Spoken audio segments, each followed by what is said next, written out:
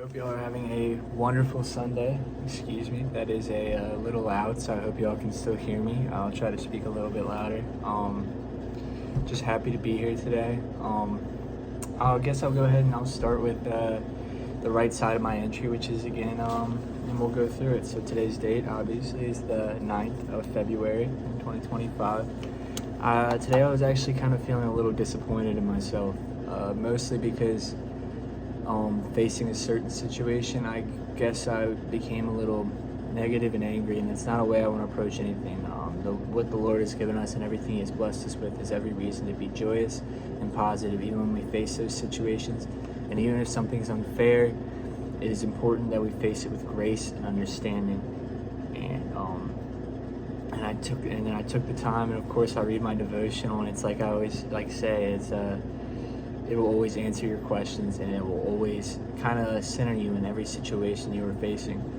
And that's what it did for me. So that's why I was disappointed. I was disappointed in myself. I feel like I know I have the tools, and I know enough to be able to face those situations with grace when I should. And even if it's 15 minutes or 30 minutes of negativity or anger, that's too much. Every second of the day should be spent in joy and praise for our Lord. And that's what I aim to do.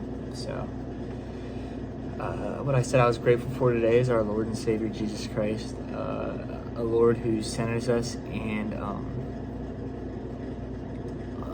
keeps us positive and joyous in all occasions.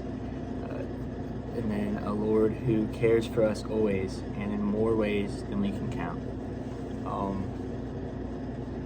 My priorities for today were to remain positive regardless of the situation, act in ways to bring glory and praise to the Lord, and give love in every way the Lord would want. And the biggest goal I'm working towards is just to become more self-disciplined, because I fail at that at times, and the reward when accomplished is just to live for the Lord and less for the world. Find ourselves easily living for the world, whereas we should be living for the Lord and returning all praise to Him, really. So my daily 20 was just spiritual, family and friends. Those are the things I want to work on today.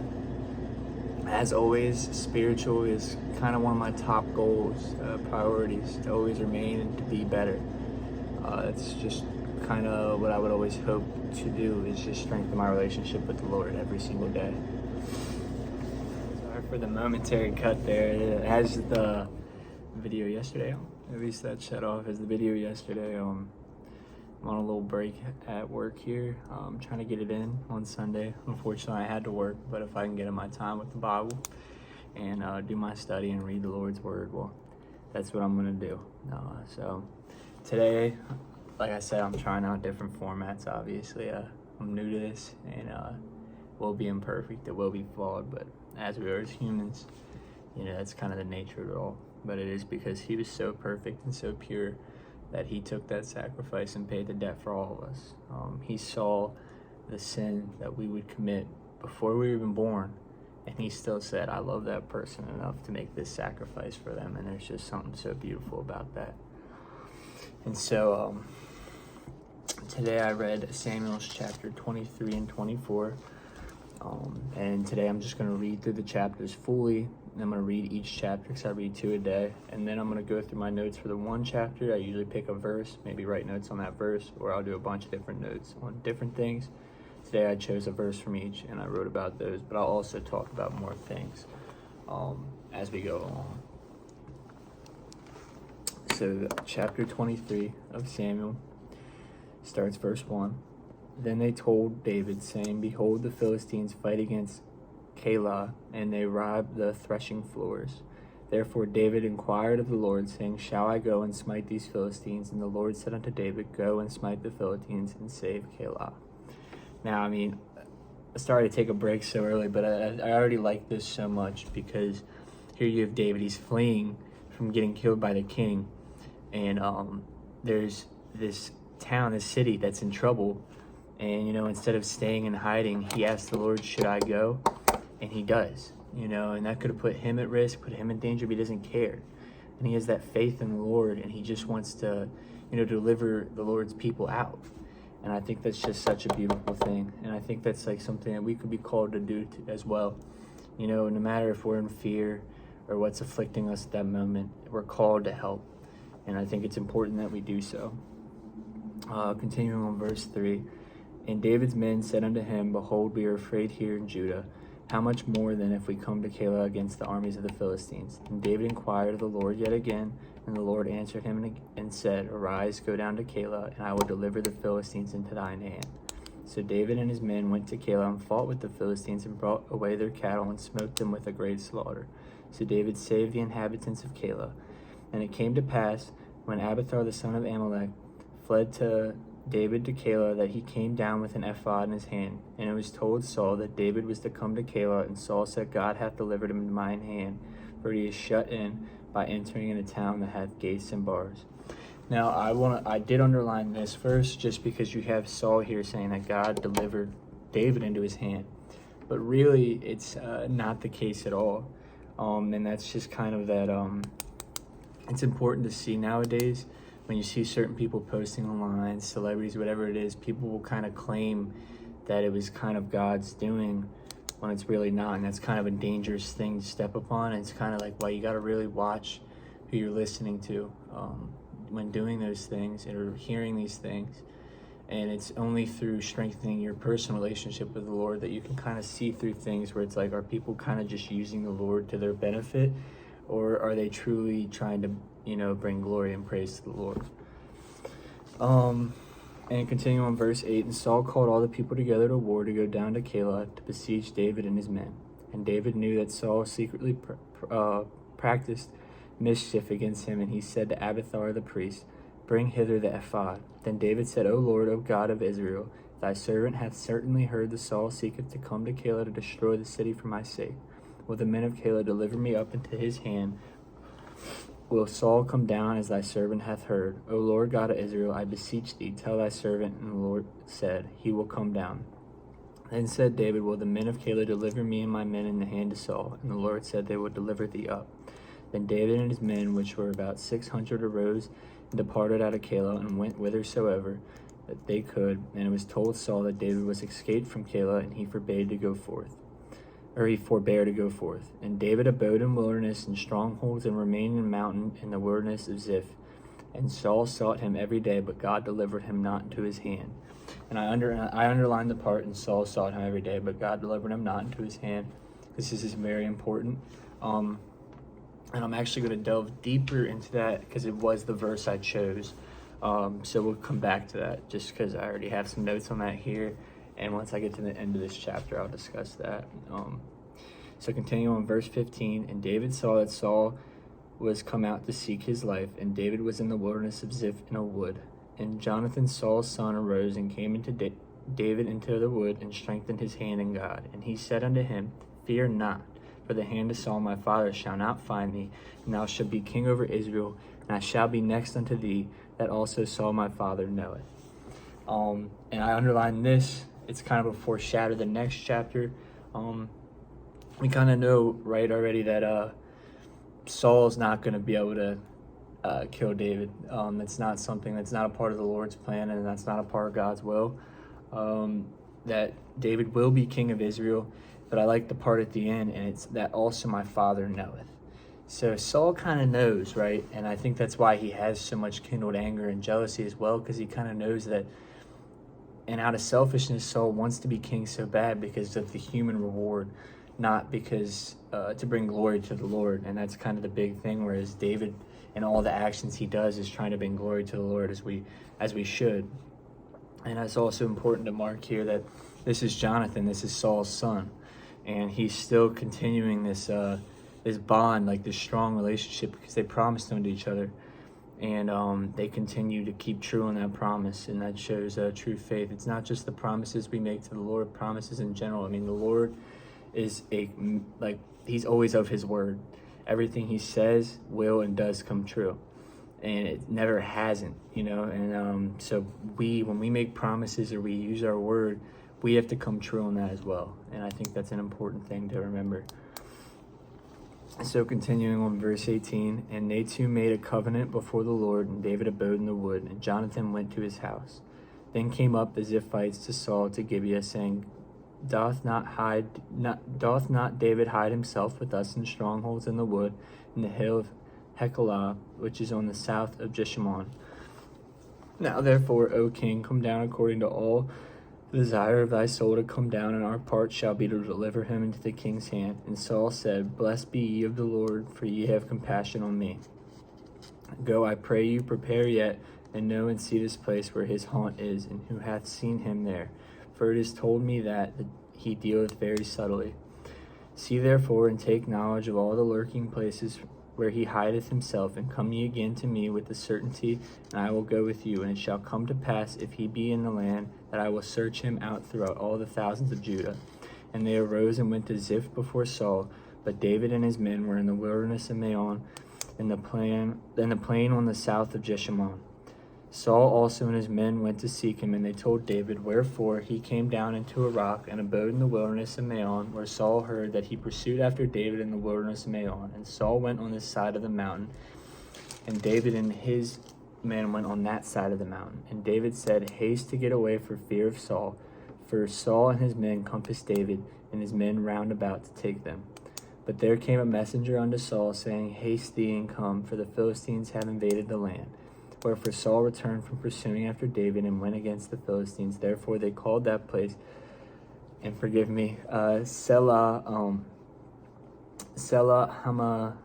Hamalakoth. And David went up from thence and dwelt in the strongholds in En-gedi. And now that's the end of chapter 23. I'm going to delve into the verse which I chose from before, which was the end of verse 14. And Saul sought him every day, but God delivered him not into his hand. I said there's two key takeaways from this chapter. Firstly, it is important to recognize so long as we walk this path with the Lord in unwavering faith, he will never deliver us into the hands of evil or our enemy. Secondly, when the Lord calls us to wait or flee, we must. Here you have David, the man who killed Goliath, who could easily stay and fight, but his unwavering faith called him to wait and flee. And that's what he did. You have David who killed this giant everybody was terrified of, but David had that faith and he knew he could, and he did. So you have this man who killed Goliath, and he could easily stay and fight against Saul. He's much more experienced, he could do it easily, but it's because the Lord calls him to wait and to flee that David knows, even if he can't see it yet, if the Lord's calling me to wait and flee, I must do so. And then everything will come to pass in fruition as the Lord sees fit and under God's will, which is most important. It's easy to try to take things in our own hands, but if we do, every time we'll fail. But the Lord's plan is perfect, and he means all for good.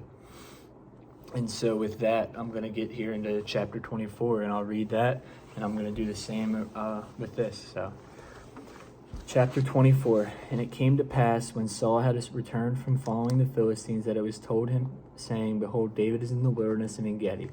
Then Saul took 3,000 men chosen out of Israel, and went to see David and his men upon the rocks of the wild goats. And he came to the sheepcotes by the way where there was a cave, and Saul went to cover his feet, and David and his men remained in the sides of the cave.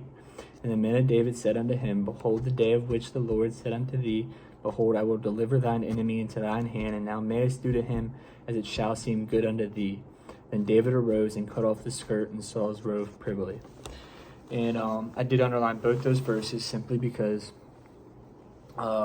you can kind of see this plan coming to fruition. He's been fleeing for so long till he gets to this one point, and the Lord delivers Saul directly into this cave that all of David and his men are sitting in, and they're delivered, and the Lord didn't say kill them. He said do what you see good unto thee.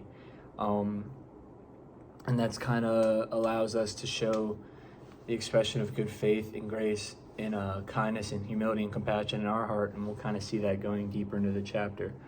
And it came to pass afterward that David's heart smote him because he had cut off Saul's skirt.